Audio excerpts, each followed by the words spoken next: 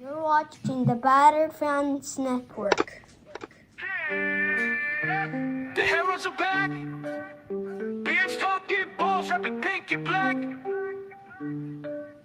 Coming live from the 305, it's official tissue. The Batter Fan, Chris and Dan, weekly rocking with you. We talk Messi, Boosie, Jordy, Lucho, the Fat Four, to Ben Cram, Noah, Ruiz, Fred. What more could you ask for? Tighten up and get ready, listen in on the pod. Solana and X in Espanol, just to even the odds. Breakdowns and gas bagging, join the tribe and just vibe. Free 99, don't forget to like and subscribe. Don't hesitate, say what's up, go ahead and come in. No question about it, I'm ready to get hurt again.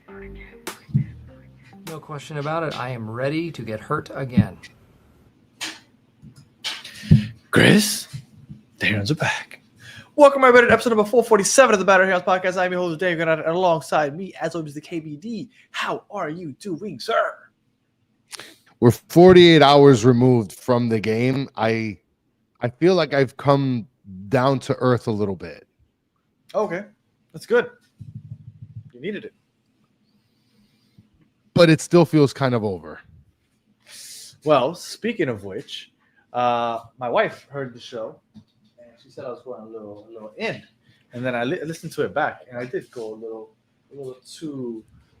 I was. Did she say that I was exaggerating, or did I feel was I? No, that I went a little bit too hard in the paint, and I listened to it back, and I think she was right. Probably not the best idea to have a couple vodka high noons during the game and then come on here afterwards, because at some point I said that Nashville was what, like, I called them kittens, but not in such a nice way, and so yeah, a little well, paint. But you get me. I want to make some. Well, look, Danny, I think it's fair to feel like it's over. Like, this feeling doesn't feel great. Like it's over. Can I bring up a comment real quick, because this needs to be discussed. It's me, JV, is here saying you still have to shave your beard if we win, Chris. This is what I was afraid of, because I didn't necessarily say or agree that I'd shave my beard. Yes, you did. You really did. I want Inter Miami to win. Why would I want to shave my beard if we win? I want us to win. I'm not going against this team. Well, so game 2, 48 hours removed. All hyperbole aside, how do you feel about game 2? Or maybe you froze. I don't know. I still feel that. Listen, I still feel the same. And yes, my connection is just a disaster right now. But I still feel kind of the same. Because I still believe we have the better team than Nashville. I feel like Nashville's garbage. So that's just garbage. I just want to put that out there. Nashville's garbage. I've been seeing the people in social media on Nashville's side, like they're the worst. They're the worst at this point. They're taking pictures of half empty stadiums 20 minutes before the game, calling us out, saying that it's all Messi fans. Like, I am furious at what's happening online. Now, I want to give a shout out to Scotty and Sor from the Dry Pink Dialogue, because I was able to watch their more analyzed, coverage. We don't do an analysis on this show. Dude, it's unfortunate. I mean, we do, but like they do like a super duper analysis after the after game analysis. Okay. I don't know. I'm just saying I watched it and it made a lot of sense. And I'm kind of scared with how Mascherano tried to out Mascherano himself. And that kind of scares me. So what did they say that made you change your mind?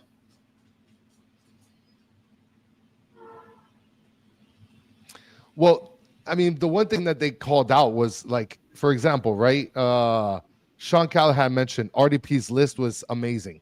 He went through the entire game and like literally labeled minute by minute all the errors RDP made. Now, we said the same thing. RDP, or at least I said the same thing, and I think you did too. RDP played good in the first half, horrible in the second half. So we just said it without minutizing the list. Okay.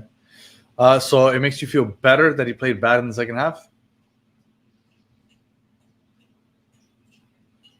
Oh, this show's going to be brutal with your connection right now. I'm basically talking to myself. Yeah, I'm gonna have to connect on my phone. Okay. So while Chris does that, I guess, because his connection is worse than usual.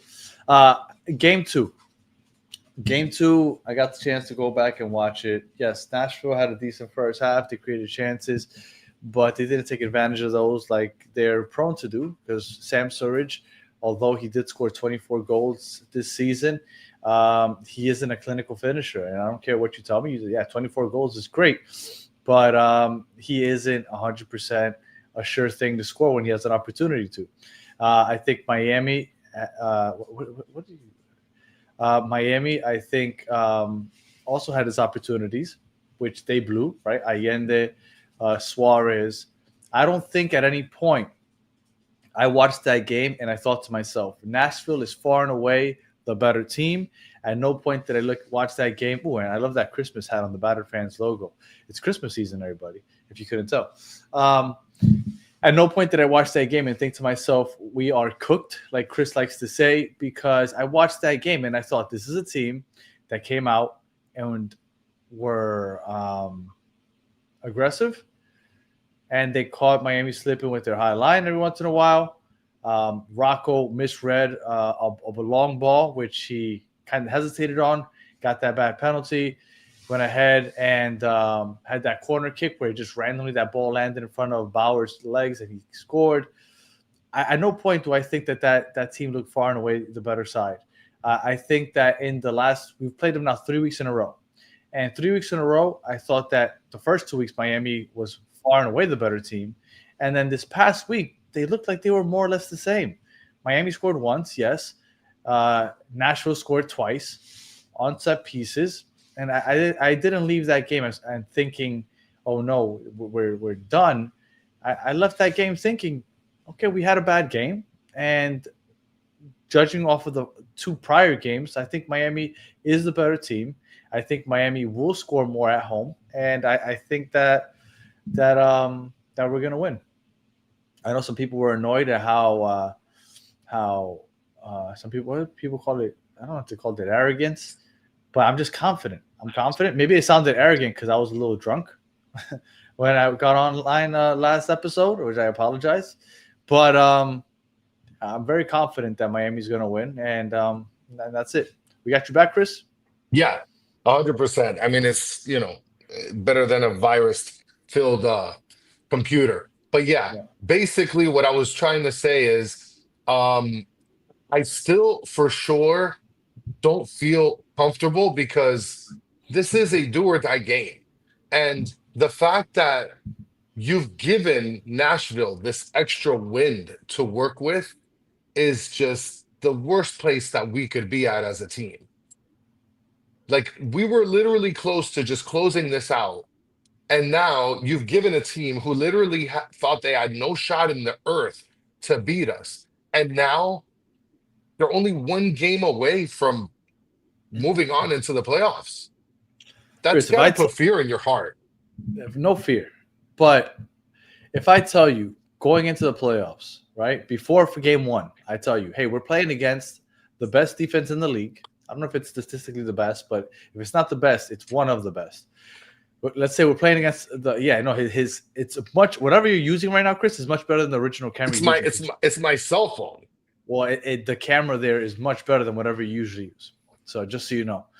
All right, so if I tell you before game 1, we're playing against the top defense in the league. At home, they never give up goals.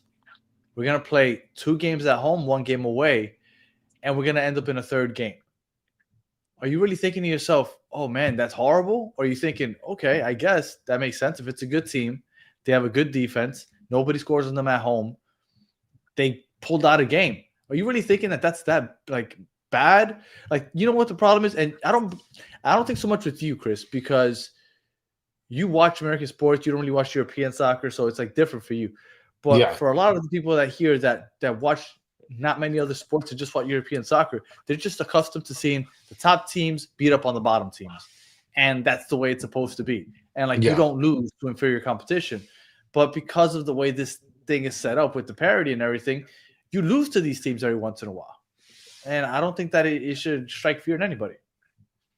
I mean, I understand what you're saying, right? Like statistically, with everything that you just presented, it just doesn't feel great that we're losing to a team who we thought was comfortable with where they were sitting, and now we've given them an extra win to work with, and now it's You not know, necessarily our backs are against the wall. They're playing with house money. 100%. That's been the whole series. But because of what happened last year, well, you know what? The whole Yeah. playoffs are going to feel like that because if we don't come out with a trophy, everybody feels horrible right now. Oh, it's completely over. But you know who should feel nervous right now? Cincinnati, for example. Cincinnati against Yes. Columbus. They went ahead and they got their ass kicked this past weekend, 4-0. Like that's a team that maybe should feel nervous about the outcome. And speaking of which, Chris and I are going to be doing Battered MLS fans after this. So if you want a little more footy talk, jump over to that after we're done with Battered Herons. But if I was Cincinnati, maybe I'd feel a little more worried. We just got our ass kicked a couple days Yeah. ago, and you're playing against Wilfred Nancy and the Columbus team. Although they've had a rough year, they're a good squad. But we've owned Nashville. They got one on us. That's fine. They got one. But that's okay. We're at home. We have the better roster. Now, moving on to the starting 11. We know what the starting 11 has been so far Yes. this season, this series. What do you think we're going to see on Saturday? Do you think Mascherano has the huevos, the cojones, as people like to say, to change this up? Because some people might say we do need to change something up. Do you think it needs changing? Yes. Because I'll tell you what I think. I think that Baltasar's injury or his lack of productivity with the last game, and I don't know if you have that here, but I do want to open it up to be able to bring up Bright in this case. Oh, I don't have that set up, no. Well, I think, like I mentioned to you and through text, I think that this is the perfect opportunity to have Bright start. Because Where would you start, though? well, I think that's where you're going to have to do something with the whole RDP, Busquets deal, because I feel like Bright will give tons of problems to Nashville's midfield. So that way we can be able to at least get the ball turned over and then push the pace at that point. Who would Bright come in for? For Baltasar, I guess. I mean, but then at that point, you'd have to do the whole Messi on the right, Allende on the left. Okay, so you would change the formation to a 4-3-3. Yes. Gotcha. I don't think he's going to change formation. I think he might, maybe tinkle a little bit with who is starting in this 4-4-2. I don't think he changes formations in a do-or-die game. I think it would be, although I prefer the 4-3-3, I always say I like 4-3-3. I think it would be kind of crazy to switch it up that much if that were to happen. Now, and then Tommy two-time here trying to throw the hex. Oh my gosh. Now, have you heard anything about Baltasar being injured? Because I haven't heard anything about Baltasar. I haven't heard anything about Baltasar being injured. They didn't ask him anything at the end of the game. So I have absolutely no idea what's happening with that. Okay. Now, if he's out, I would obviously Segovia, I think, would slide into that spot right there. But I think that Allende should start on the bench this game. You want to bring him on as a super sub, that's fine. But I don't think you can risk having somebody that plays as poor as he does out there for 60, 70 minutes. I get that Silvetti, maybe you want to put him in as a super sub. He doesn't have chemistry with his teammates or whatnot. I've seen enough from Allende, and he can cause enough damage by his lack of productivity to warrant just putting Silvetti out there, because I think that Silvetti can create for himself and others much more than Allende can, and I'd rather have him out there to start the game. So you really do believe that taking out Allende, because I mean he's been sort of sturdy with that play Allende start no matter what Mhm. plan. So you think that it's a good idea to take out who is your vertical, I guess, advantage. I like. I mean, I do agree with this in a sense, Danny, because in reality, it is conservative because you're not launching Allende into the next realm. You're basically saying we're going to play this concise, compact offense where you have Messi and possibly Baltasar and Segovia, where they're like playing this sort of like chess match to find open spaces. Chris, can I give you a football analogy, an American football NFL analogy? Sure, give it to me. All I right. love the All right. pigskin. All right. Let's say that we are on our own 20-yard line. Our own. We got 80 yards to go. Oof, that's Right. And then we put in our fastest receiver. He okay. is as fast as they come, Lightning but he speed. but he has no arms. He's gonna open it up because he's gonna get open. Yeah. But what's he gonna do with it? What's he gonna do with it? He's gonna catch it with his helmet. Maybe once in a blue moon, he'll catch it with his helmet or his teeth. But you know what? He has no arms, Chris. So what good is it that he has all the speed in the world if he has no arms? What good is it that Allende can be fast and catch through ball if as soon as he touches it, he does nothing with it? What if he It has does like nothing for me. what if he has like T-Rex arms? Because that's kind of what he has. Like T-Rex arms? Allende's speed does nothing for me anymore. It doesn't. It does nothing for me. Like I used to think, like, okay, he can stretch the field. He no, what for? What he can't do anything. Ooh, what? Is that guy still on the team? Obando, well, he was on the bench. Obando is the reason that you guys are only getting 3,500 t-shirts by Baptist Health because they had to pay all of his bills. That's why there's a limited amount of shirts for this coming game this weekend.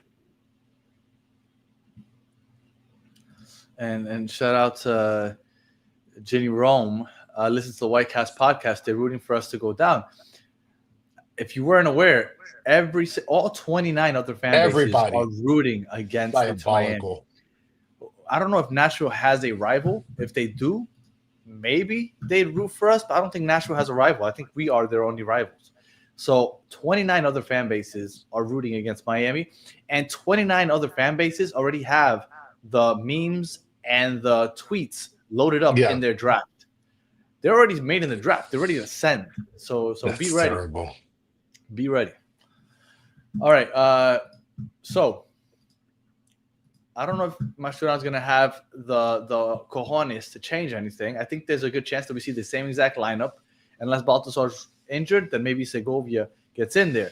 But at keeper, Rocco, and for some reason it says Rocco there, Rocco versus Ustadi. There's no way we make that change. Okay. There's no way, in my opinion. What does the chat think? The chat, any chance that we change keeper? I also agree with you. I don't think there's any chance that we make that change. And Rocco hasn't played horribly, but I will tell you that first penalty that they called on Rocco, I don't think that happens to Ustadi. There's no way, dude. There's no way that's a huge mistake if that happens. To change Ustadi in for Rocco, there's no way. We have to ride with Rocco to the sunset. Everybody seems to say Rocco all day, and I agree. I think at this point you're at the point of no Ustadi return. always. Suresh is saying Ustadi always. Trukutu saying Drake. Oh my God! But hold on, Suresh, don't spam. Don't spam. We got it the first time. Please. Rocco. I saw Ustadi somewhere here. Soccer Daddy Ustadi. All right, well, you know what? A lot more Rocco than Ustadi, but there are some people that would like Ustadi. I don't think that happened. I think we ride Rocco's hand until the end, whether it be this week or however long we go.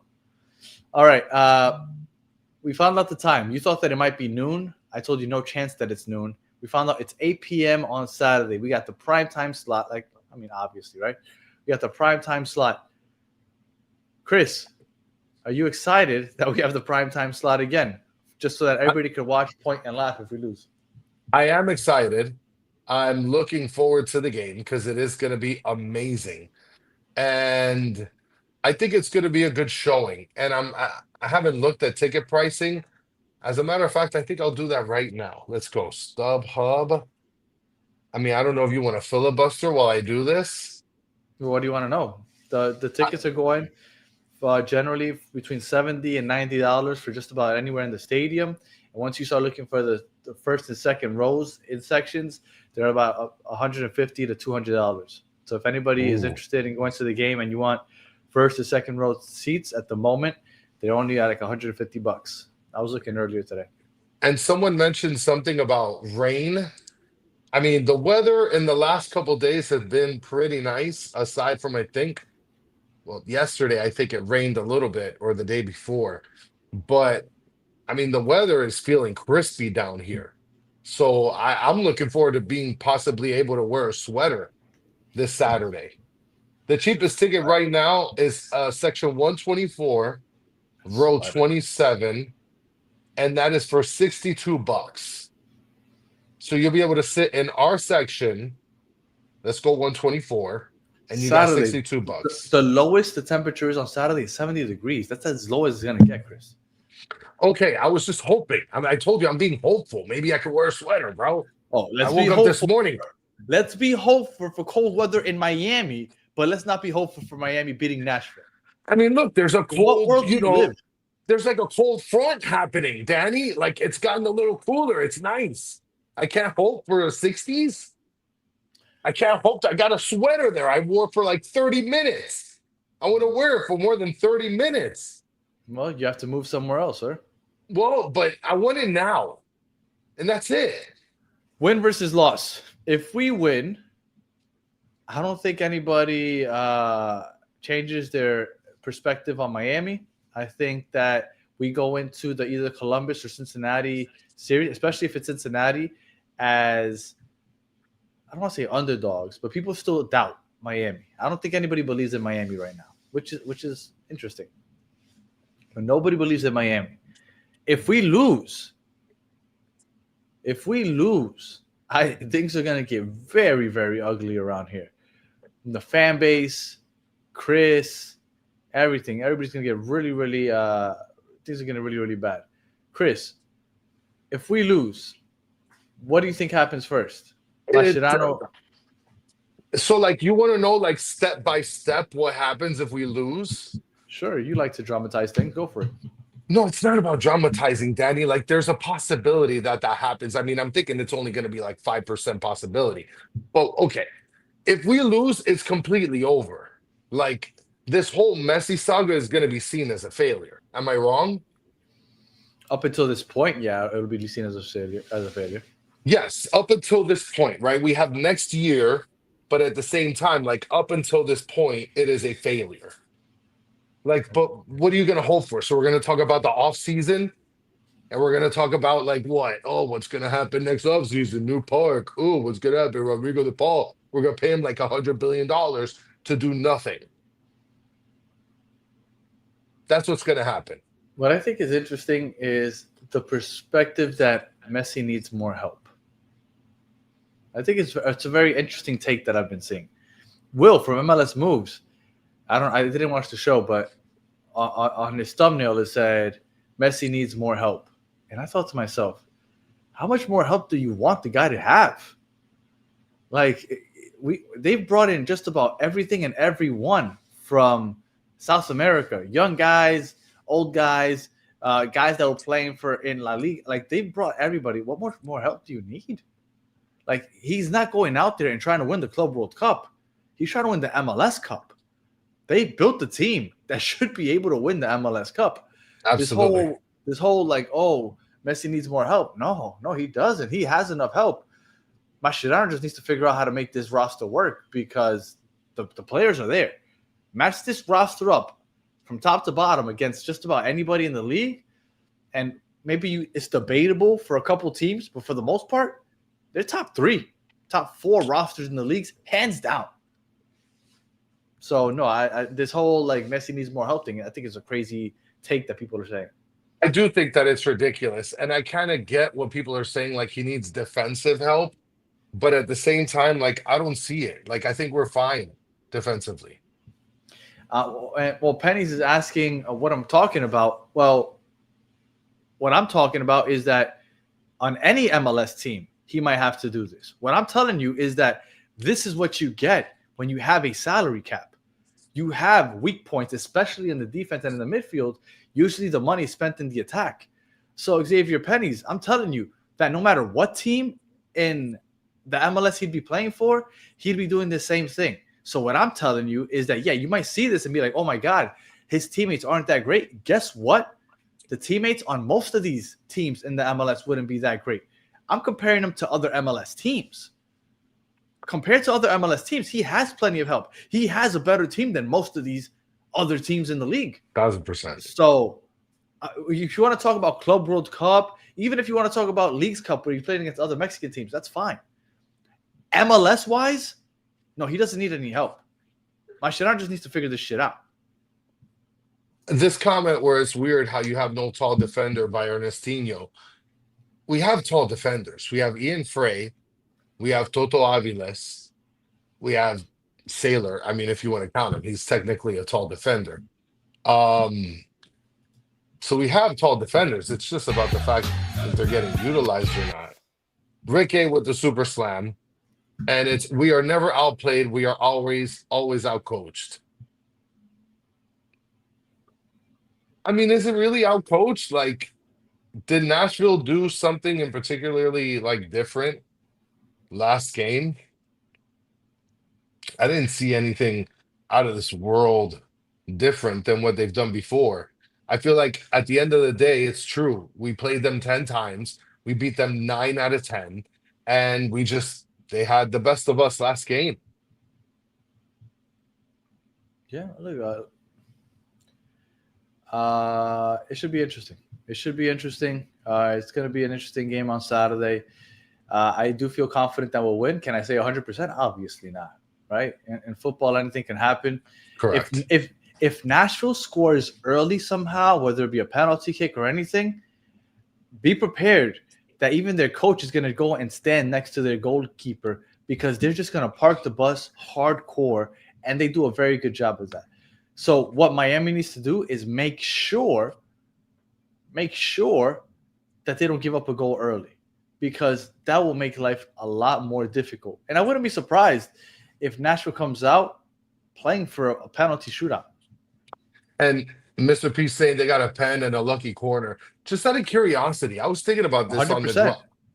I was thinking about this on the drive home. On that last corner that we took, right? And I think it was where Silvetti had the header. Would it have been smart to bring Rocco down and just go balls deep and just have everybody go in? Like if we get scored on, it's not by aggregate, so who cares? Right? I don't think that there was a guarantee that it was the last play. Okay. At that point, it had been 6 extra minutes that they had added on of added time. But I think that something had happened where we didn't know if it was going to get extended past the 6 minutes. So I think that you do that when you are okay. This is like the it's last the absolute last play. Yeah. That's it. They said 6 minutes. It's been 7.5. This is the last play. But outside of that, you don't run that risk, I think. But yeah. All right. Chris, do you have any final thoughts? I think it's fair to say that Bright should start. I want to see Bright start. I feel like everybody says he has nowhere to start. He has nowhere to fit in. Here's the thing. Everybody says defense wins championships, right? And a better offense is a good offense is a better defense or whatever. I feel like if we don't start Bright, then it's got to be like full pedal to the metal. But I do feel like starting Bright would be key against Nashville. A good defense wins, but maybe not in the MLS because all the money is on the attack. But you got Yannick Bright, just got that fat check. He's out of Little Havana. Like, I think he's going to play well against this team. He played well against them when he came off the bench the first game. He didn't get off the bench in the second game. Well, that's because we were chasing the game at that point. We were down and we needed to Yes. score. Yeah. That Bright gets in that game if it's a tied game, if we have the lead. We needed Yeah. that goal, so you put in Segovia instead of Bright. And I 100% understood that. As much as I love Bright, I understood what happened there. I understand why Bright didn't get in the game there.